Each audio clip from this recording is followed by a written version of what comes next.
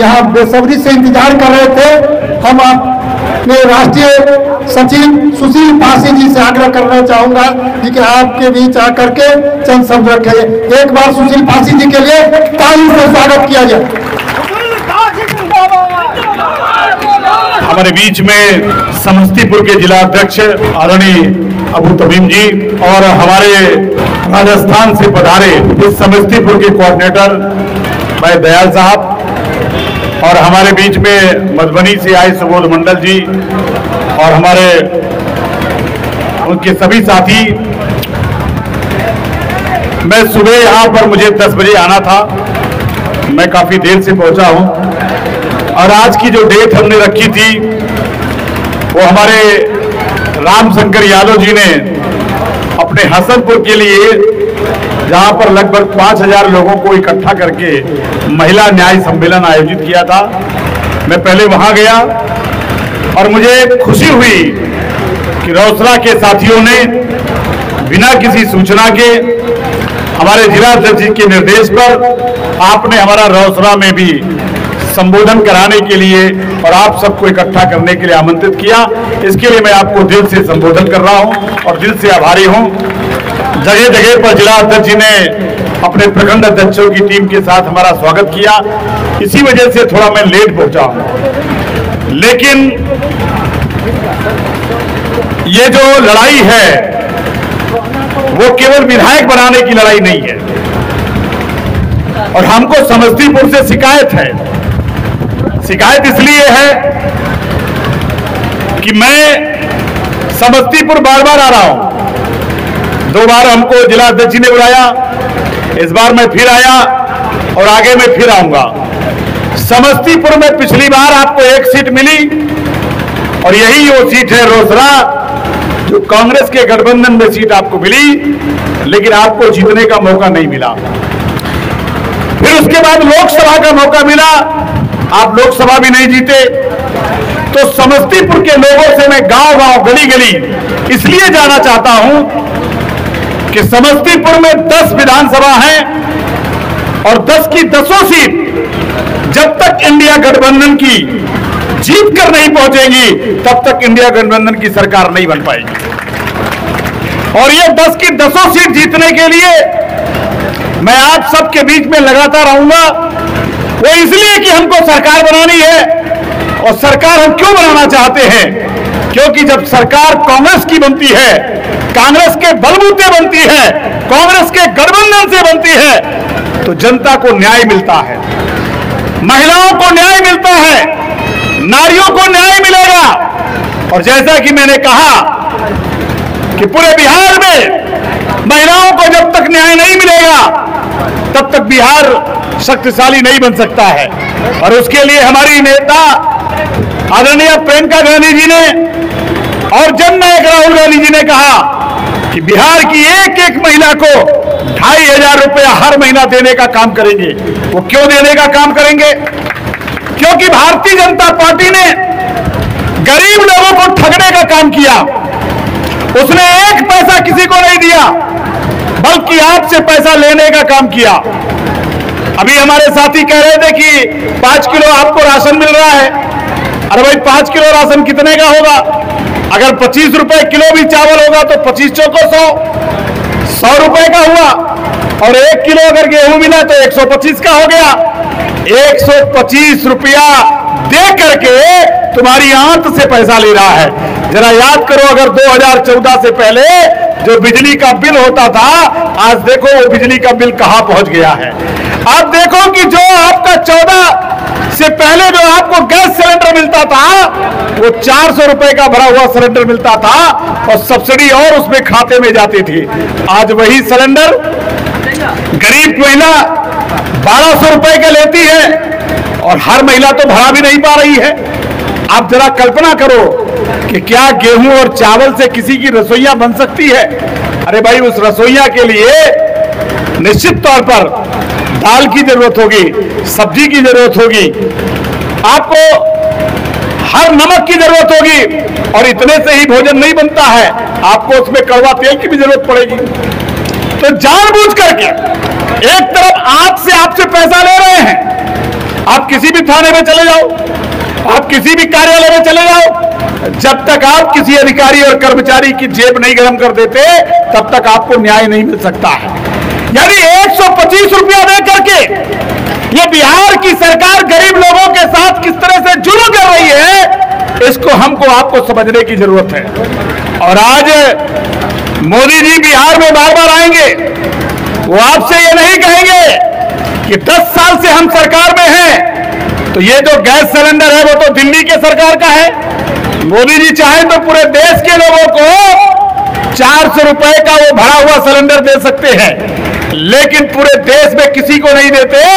लेकिन जब चुनाव आएगा तो हमारे गरीब महिलाओं को कहेंगे कि तुमको हम गरीब सिलेंडर जो है, गरीबों को सिलेंडर हम मुफ्त में देने का काम कर रहे हैं। ये देने वाले नहीं हैं। अब तो ऐलान कर दिया उन्होंने कि हर गरीब के घर में जाएंगे महिलाओं के और एक चुटकी भर सिंदूर देंगे।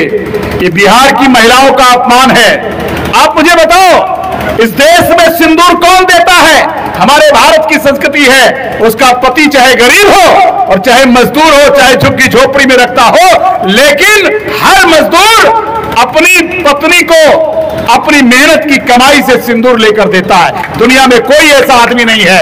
लेकिन इस देश की ढपोर संघ की सरकार ये पूरे बिहार की महिलाओं को अपमान करने के लिए वो गांव-गांव, गली-गली भारतीय जनता पार्टी के लोग अपना दुपट्टा पहन करके हमारी गरीब महिलाओं को उनको अपमानित करने के लिए भारतीय जनता पार्टी के कार्यकर्ता सिंदूर देने का काम करें। तो मैं आपसे हाथ जोड़ के कहना आया हूं, आइए हम सब लोग मिल करके, भारतीय जनता पार्टी के लोग अगर आपके दरवाजे आए तो उनसे ये जवाब पूछने की कोशिश करना कि मुझको कितना गरीब समझते हो कि आज की ये चुटकी भर सिंदूर हमको मोदी देगा तब हमारी महिला लगाएगी, तब हमारा सुहाग बचेगा।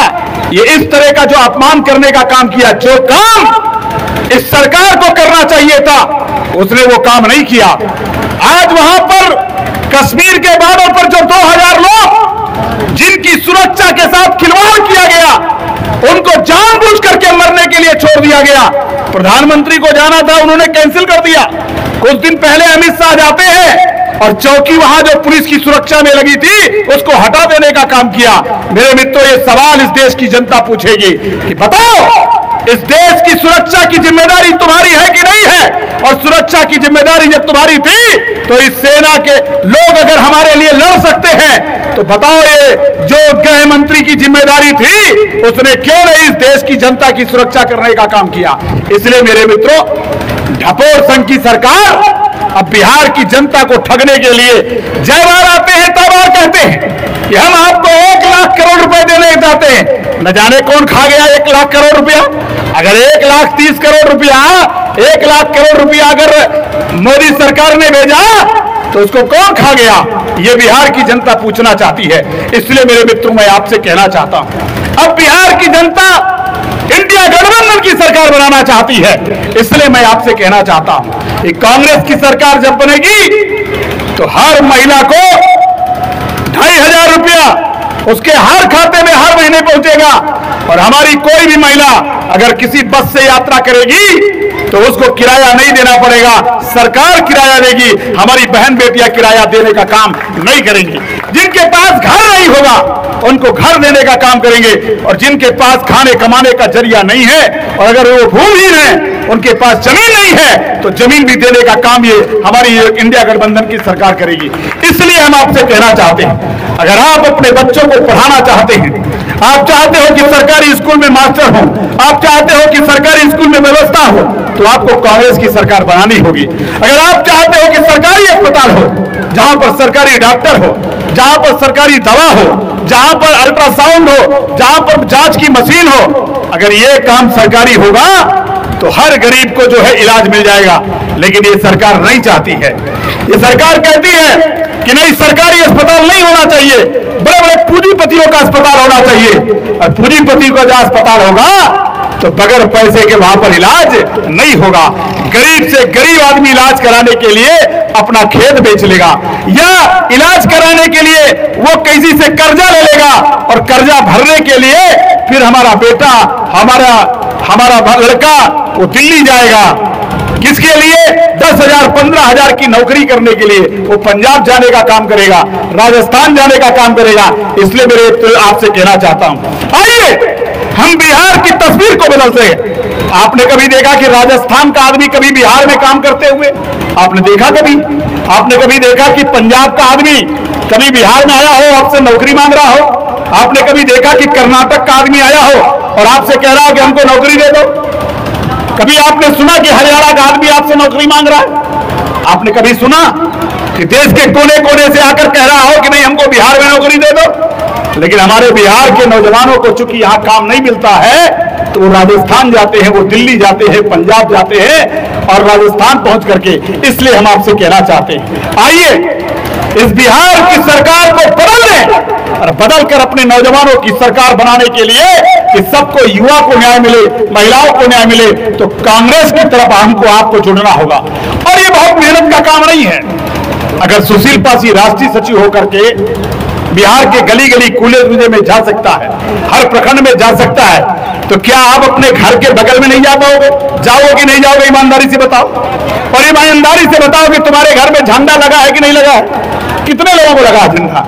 अगर नहीं लगा है तो आज से नहीं, कल से झंडा इनसे लेकर आपके दरवाजे पर सबसे पहले कांग्रेस का झंडा लगा होना चाहिए। अगर आपके दरवाजे कांग्रेस का झंडा नहीं लगा है तो फिर कांग्रेस के आप सिपाही नहीं हैं, तब आप नेहरू के सिपाही नहीं हैं, तब आप कांग्रेस के सिपाही नहीं बन सकते हैं। इसलिए आज से इस मीटिंग के बाद जिसके घर में झंडा नहीं लगा है, अगर आप चाहते हो कि कांग्रेस की सरकार बने तो आप पहले अपने घर में झंडा लगाइए और उसके बाद 100 झंडा, 50 झंडा, 10 झंडा नाम लिखाइए जिलाध्यक्ष के पास कि हम लगाएंगे और वहां से लेकर के आइए और उसका फोटो खींच करके हमको दीजिए।